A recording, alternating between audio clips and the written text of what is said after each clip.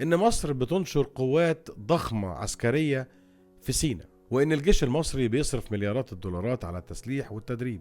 وبحسب كلام السفير ديفيد جابرن قال إن مصر ملهاش أعداء. مش ده المهم، لكن الأهم إن المقال كشف العقلية الإسرائيلية تجاه مصر. إسرائيل شايفة إن الجيش المصري هو أكبر تهديد ليها في المنطقة، عشان كده هي بتعمل له 1000 حساب. وده طبعا مش بيعتبر جديد، دايما شايفة إن وجود جيش مصر القوي بيهدد مصالحها وبيحد من رغباتها التوسعية في المنطقة. خليني أقولها لك على بلاطة وبصراحة، دولة الكيان عينها على سيناء، وده من ساعة حرب 73. مش بس عشان سيناء بوابة مصر الشرقية، لكن الهدف الأساسي إن دولة الكيان شايفة إن سيناء هو حل للقضية الفلسطينية، والهدف واضح ومعروف للكل: تهجير الفلسطينيين إلى سيناء. التطور حصل في وقت قريب جدا، والتصريحات ابتدت تزيد ابتداء من يوم 7 أكتوبر، من ساعة ما بدأ